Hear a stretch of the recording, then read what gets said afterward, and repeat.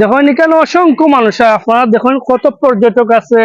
এরপরে ওদিকে আপনারা দেখুন একটু তাই কিনা রাবার গাছ দেখার লাগি, খালি রাবার গাছ দেখার লাগি নাই, বন্ধু বান্ধব লইয়া আইতে পারবা, আত্মীয় স্বজন লইয়া আপনারা আইতে পারবা, তারপরে আপনার বান্ধবী লইয়া আইতে পারবা, বউরে লইয়া আইতে পারবা, বাচ্চারা লইয়া আইতে পারবা। আইয়া এখানে আপনারা যদি খানি উনি লইয়া রান্ধতে বার থাকি, এখানে কত সুন্দর দেখেন তারা খার বইয়া আপনি দেখার চেষ্টা করার একটু দূর হয়ে থাকি, জুম করে দেখো তারা অনেক ভাই বন্ধু মিললে কিন্তু তারা আগে থেকে রান দিয়া লইয়া আইছে।